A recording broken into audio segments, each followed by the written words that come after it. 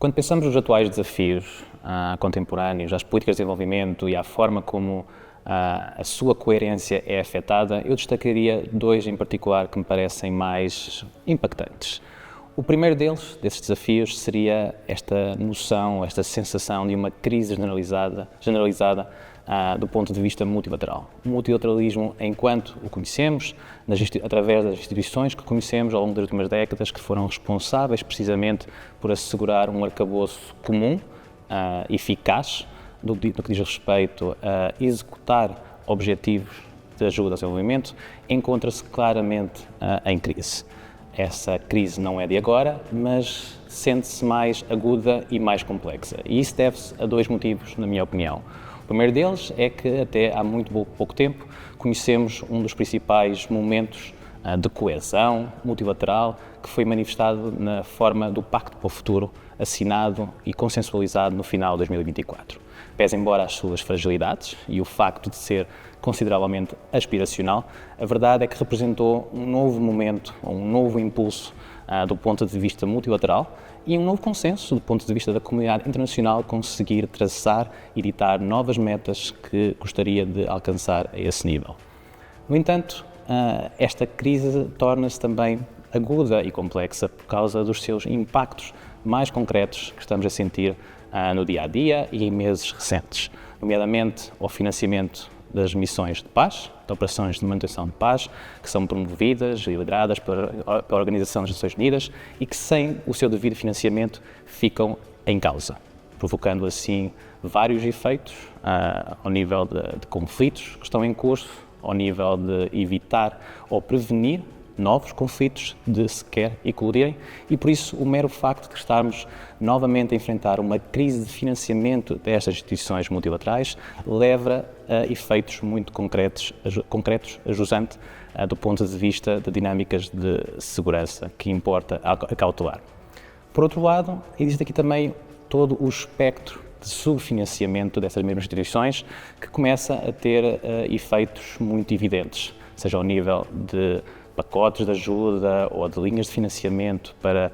lidar com questões de refugiados, com questões de catástrofes, com questões de emergência sanitária. Todas as instituições que foram até à data financiadas de alguma forma por diversos parceiros começam cada vez mais a ser questionadas por um dos principais atores do sistema internacional, e isso leva necessariamente a um efeito de cascata sobre aquilo que é possível prever para os próximos anos e para as próprias operações dessas mesmas instituições nos próximos anos.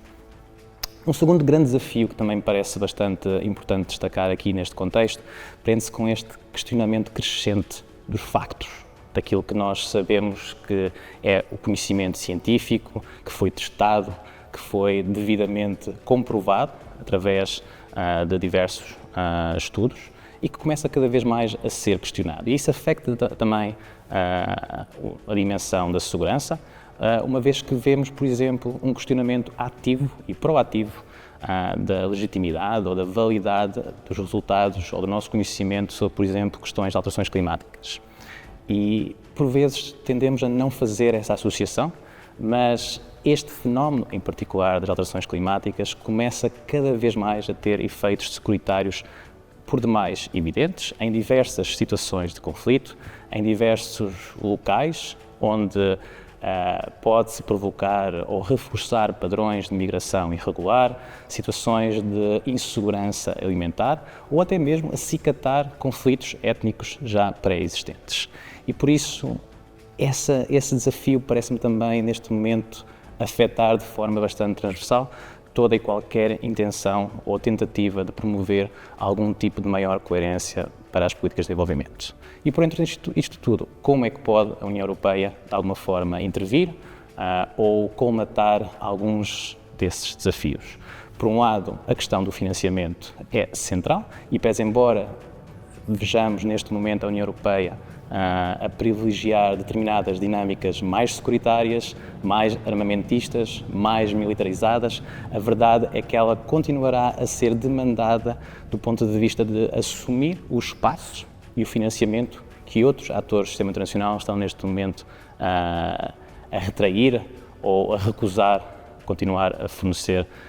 nos próximos tempos. Por outro lado, existe esta necessidade de saber casar precisamente factos, conhecimentos científicos, evidências empíricas, do ponto de vista do que nós sabemos serem as causas